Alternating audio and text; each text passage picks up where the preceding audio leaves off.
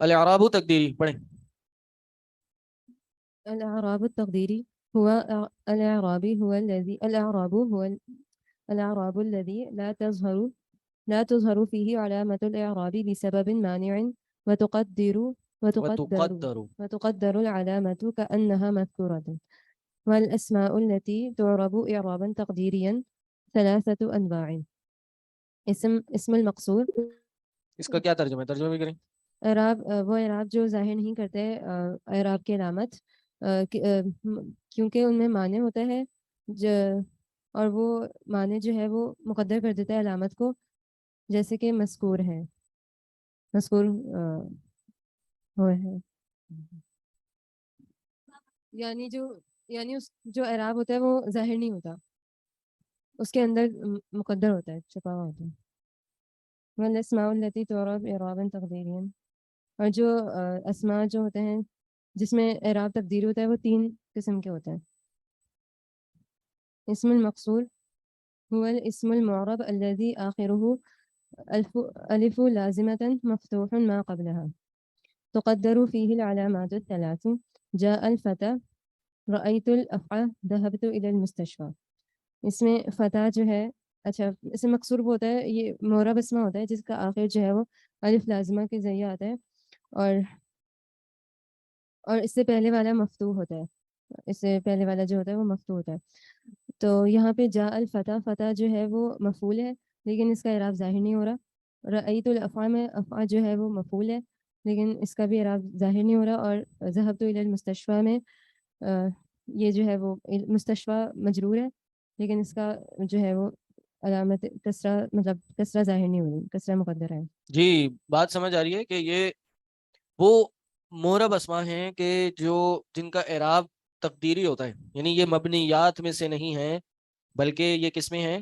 یہ معربات میں سے ہیں، لیکن ان کا اعراب تقدیری ہوتا ہے. اور اس میں نمبر 1 کون سا ہے؟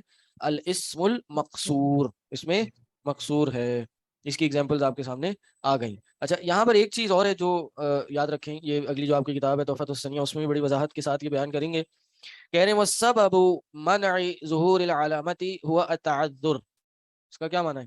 کہ ایک عذر کی وجہ سے جو ہے یہ ظاہر نہیں کر پاتے، مطلب یہ عذر جو ہے ان کا معنی بن جاتا ہے ظاہر کرنے میں.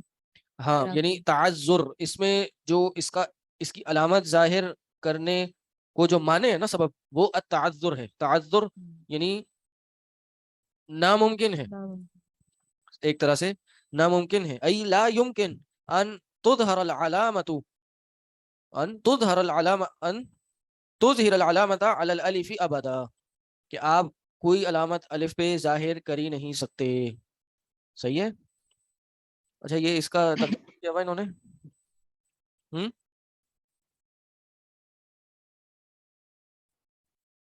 ہاں جی آن لائن اسٹوڈنٹس، اس لائن کا ترجمہ نہیں کیا آپ لوگوں نے؟ نیچے کیا ہوا ہے؟ نہیں ہے، اس کا نہیں ہے. نہیں کیا سر اس کا. ہاں جی شیخ صاحب ایک سوال ہے کہ یہ جو یہاں پہ الف آیا، اس الف کو الف مقصورہ کہیں گے؟ جی بالکل، یہ الف مقصورہ ہے بالکل. اور ایک الف ممدودہ شاید ہوتا ہے، وہ کون سا ہوتا ہے؟ وہ الف مدہ والا ہوتا ہے. صحیح جیسے ہے ہمراہ میں آتا ہے نا سر. جی بالکل، حمراء، حبلا، نہیں حبلا میں نہیں آتا، حبلا تو یہی والا ہے. بہرحال وہ جو الف ممدودہ ہوتا ہے وہ ہوتا ہے. وہ شیخ صاحب حمزہ سے پہلے آتا ہے؟ جی وہ حمزہ سے پہلے آتا ہے. اور سر اس کو مقصورہ اس لیے کہتے ہیں نا کیونکہ یہ کسر کیا ہوا ہوتا ہے، چھوٹا کیا ہوا ہوتا ہے، الف وہ مقصورہ. مدہ والا نہیں ہوتا نا. سر جا ان میں نہیں، جا ان تو کچھ بھی نہیں ہوتا، جا ہوتا ہے. جا یجیء مجیئتن. ٹھیک، تو جا یہ مدہ نہیں ہے، یہ جا یہ حمزہ ہی ہے. سر وہ جو الف ہوتا ہے وہ الف ممدودہ تانیث والا کہلاتا ہے نا، پورا اس کا یہ نام ہوتا ہے، تو اس کی مؤنث والی مثالیں آتی ہیں نا. بالکل. شیخ صاحب یہ جو حمزہ کی علامت ہوتی ہے یہ کبھی الف کے اوپر ہوتی ہے، کبھی یا کے اوپر اور کبھی واو کے اوپر، یہ کب ہم یہ ڈیسائیڈ کرتے ہیں ایسا؟ دوبارہ بولیں. یہ جو حمزہ کی ایک سمبل ہوتی ہے یہ کبھی الف کے اوپر لکھی ہوتی ہے، کبھی یا کے اوپر اور کبھی واو کے اوپر. جیسے یہ جا آ ہے، یہ جو علامت ہے حمزہ کی، الف کے بعد جو حمزہ کی سمبل بنی ہوئی ہے، جی جی جی سم ٹائم یہ کبھی الف کے اوپر لکھی ہوتی ہے اور جس کو ہم حمزۃ الوصل شاید کہتے ہیں، کبھی یہ واو کے اوپر مینشن ہوتی ہے، کبھی یہ یا کے اوپر ہوتی ہے. اچھا سمجھ گیا میں. تو اب آپ سوال کیا ہے کہ یہ کب یہ علامت اپیئر ہوتی ہے اور کن کنڈیشن میں ہم کیسے ڈیسائیڈ کریں گے کہ یہ واو نے اس کو اٹھانا ہے یا یا نے اٹھانا ہے یا الف نے اٹھانا ہے؟ وہ اس کا مادہ دیکھا جائے گا. مادہ اگر اصل میں میرا کوئی مثال نہیں میں سر ایسا کہتے ہیں نا کہ واو یا اور جو الف ہوتا ہے وہ اس کی حمزہ کی کرسی ہوتی ہے. اصل ورڈ جو ہوتا ہے، اصل جو حرف ہوتا ہے وہ حمزہ ہی ہوتا ہے. جی جی وہ ایسے تو مادے کے حروف کی وجہ سے ان کے اوپر حمزہ لگا دیتے ہیں، کیونکہ وہ جو علت والے الفاظ آ رہے ہوتے ہیں ان کو پھر ہم بدلتے ہیں نا اجوف میں اور مثال میں اور سب میں چیزوں میں. یہی کہہ رہا ہوں کہ اس کے مادے کو دیکھا جائے گا. ٹھیک ہے، مادے میں اگر اس کی جگہ واو ہوگا تو واو ذکر کیا، واو کے اوپر حمزہ لگا دیں گے. اگر یا ہوگا تو یا کے اوپر حمزہ لگا دیں گے. السلام علیکم. اس کا کوئی قاعدہ میرے ذہن میں نہیں آ رہا، یہ میں اپنے ایک مختصر سے تجربے سے ہی آپ کو بتا رہا ہوں. کوئی مثال سامنے ہوگی یا میں اس کو دیکھ لوں گا پھر آپ کو بتاؤں گا انشاءاللہ. جی السلام علیکم. جی وعلیکم السلام. شیخ صاحب جیسے سورہ مومنون کے اندر جو ہے صلواتہم صلاتہم، تو یہ اس کی مثال ہوگی؟ نہیں، وہ الگ چیز ہے. سر میرا خیال ہے میں کچھ جانتی ہوں اس بارے میں. اگر یہ جو حمزہ ہے اگر یہ الف کے اوپر آ جائے گا تو وہ الف بھی اٹ سیلف حمزہ میں تبدیل ہو جائے گا نا، پھر ہم اس کو الف نہیں کہیں گے نا.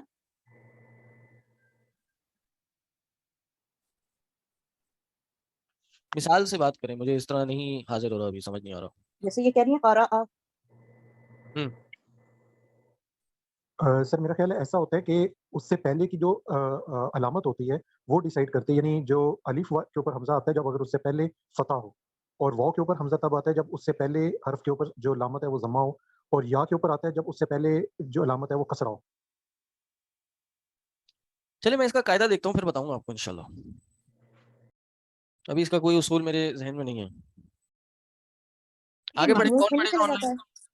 محموس میں نہیں چلا جاتا ہے اگر حمزہ کی بات کر رہے ہیں، اگر ہم اس کو جی جی محموز ہوتا ہے، اگر مادہ اس مادے میں ہی حمزہ ہے تو وہ محموز ہے. جی جی.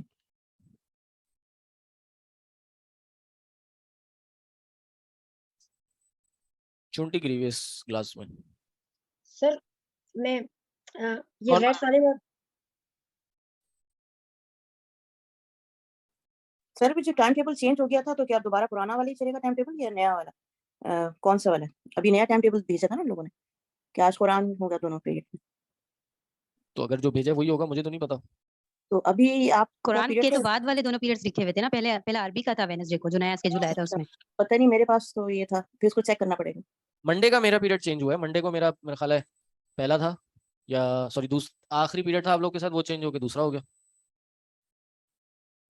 سر مقصور کا لغوی میننگ کیا ہے؟ کس کا؟ مقصور کا. مقصور کا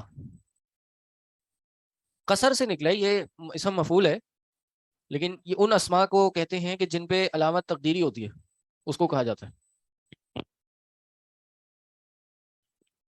چلیں آگے پڑھیں. آگے کون پڑھے گا؟ آن لائن اسٹوڈنٹس ابھی تو ماشاءاللہ اتنا بول رہے تھے، پڑھنے میں چپ ہو گئے. ہاں جی شیخ صاحب میں پڑھوں؟ جی بسم اللہ.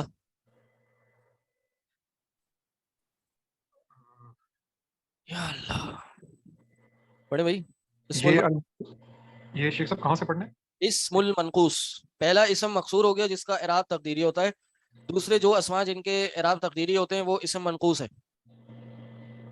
جی یہ شیخ صاحب یہ اسٹیٹمنٹ جو ہے بھارت یہ کلیئر نہیں ہے، میرا خیال مکس اپ ہوئی ہے. یہ تھوڑی انہوں نے وہ میرا خیال ہے سنیپ شاٹ کرنے میں ہو گیا. یہ پہلے سمجھ آ رہا ہے. هو الاسم المعرب الذي اخره یا او لازمہ مکسور ما قبلہ ما قبلہ، یہی ہے نا؟ ہاں کہہ رہے ہیں اسم منقوص وہ ہے کہ وہ اسم معرب ہے الذي اخره یا او، جس کے آخر میں یا ہوتا ہے، یا لازمہ ہوتی ہے. کیا مطلب یا لازمہ؟ لازمی یا آتی ہے، اس کے بغیر یہ اسم منقوص نہیں رہے گا. صحیح، آخری میں یا آئے گی، لیکن وہ جو یا ہوگی وہ ماقبل مکسور ہوگی. ماقبل مکسور کا مطلب اس کا جو ما قبل ہے، ما قبل، اس سے جو پہلے والا ہے ما قبل، وہ مکسور ہوگا، یعنی اس پہ کسرہ ہوگی، اس کے نیچے زیر ہوگی، کسرہ ہوگی. سمجھ آ رہی ہے بات؟ تو عربی میں اکثر آپ کو ملے گا ما قبل و ما بعد، ما قبل ما بعد. کہہ رہے ہیں اب آگے پڑھیں امجد صاحب. جی تقدر فيه الضمہ والکسرہ. تقدر فيه الضمہ والکسرہ وتظہر الفتحۃ، یعنی اس میں جو تقدیری اعراب ہیں وہ ضمہ اور کسرہ ہوتے ہیں، جبکہ فتح جو ہے وہ ظاہر ہوتا ہے. یہی ہے. اب اس کی جیسے میں نے آپ کو بتایا تھا مثالیں یاد کریں، مثالیں یاد کریں گے تو آپ کو اصول بھی یاد رہے گا. صحیح، جیسے اوپر والی مثال ہے اس میں آپ موسیٰ، عیسیٰ یا اور بھی کیا گزرا ہے اس کی ایک مثال یاد کر لیں. فتح ہے، جاء الفتح رأیت الفتح مررت بالفتح، جاء موسیٰ رأیت موسیٰ مررت بموسیٰ، یہ سب وہی رہے گا، ذہن میں چڑھ جائے گا، اصول یاد رہے گا. یہ اسماء مقصورہ ہیں، ان کی کوئی چینجنگ نہیں ہوتی، اعراب تقدیری ہوتا ہے. اسی طرح اسماء منقوص ہیں، منقوص میں آپ قاضی یاد کر لیں بس. اب یہ محامہ، جانی یہ چھوڑ دیں، صرف قاضی یاد رکھیں. ٹھیک ہے، آپ ذہن میں مثال بٹھائیں، قاضی، جاء القاضی رأیت القاضیہ مررت بالقاضی، یہ 3 چیزوں کو یاد کر لیں، یہ آپ کو سمجھ آ جائے گا. جاء القاضی، قاضی مرفوع میں حالت رفع میں قاضی ہی رہے گا، لیکن منصوب میں اس پہ فتح ظاہر ہو جائے گی جیسے اوپر گزرا ہے، اور مجرور میں ویسے ہی رہے گا جیسا ہے. جاء القاضی رأیت القاضیہ مررت بالقاضی. صحیح، پڑھیں جاء القاضی. جاء القاضی فاعل مرفوع وعلامۃ الرفع الضمہ علامت، جس طرح آپ نے وہ اسٹیٹمنٹ میرے خیال وہ اسکرول کر دی.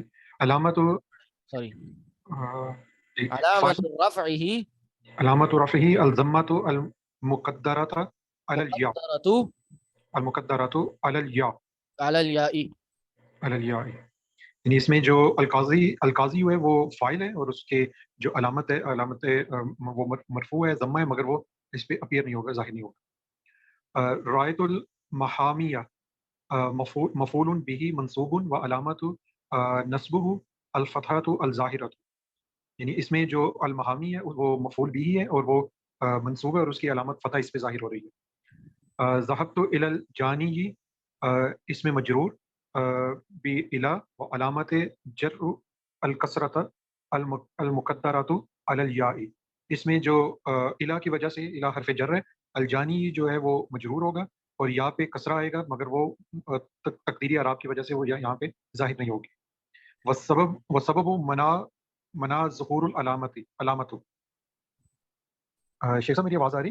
جی جی، سبب منع ظہور العلامہ، سبب منع ظہور ذا مضاف الیہ ہے، سبب منع سبب منع ظہور العلامت. علامتی. جی یہ کیا سبب ہے جس کی وجہ سے علامت اس پہ ظاہر نہیں ہوتی؟ علامت کے ظاہر ہونے کو روکنے کا سبب کیا ہے؟ کس جی، وجہ سے علامت ظاہر نہیں ہو رہی؟ علامت کیا ہوتی ہے؟ ضمہ، کسرہ، فتح. فتح کسرہ جو ڈیفالٹ علامات ہیں، ٹھیک ہے، وہ ظاہر کیوں نہیں ہو رہی؟ کہہ رہے ہیں اس کی جو اس کا جو سبب ہے نا، الثقل، جیسے اس اوپر تھا التعذر، اس کا ہے الثقل. تعذر کا معنی لا یمکن، الثقل، ثقل کا معنی کیا ہے؟ بھاری ہونا. بھاری ہے، مشکل ہے پڑھنا.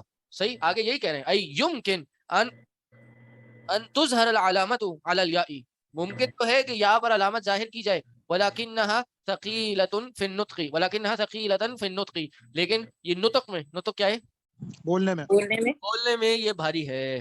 اس لیے جیسے آپ نے کہا نا جاء القاضی، یہ مشکل ہے بھائی پڑھنا، عربوں کے پاس اتنا ٹائم نہیں ہوتا، اتنی ہمت نہیں ہے ان میں. کہتے ہیں جاء القاضی، ایسے ہی پڑھا ہے انہوں نے، لیکن منصوب انہوں نے قاضیہ کر کے پڑھا ہے.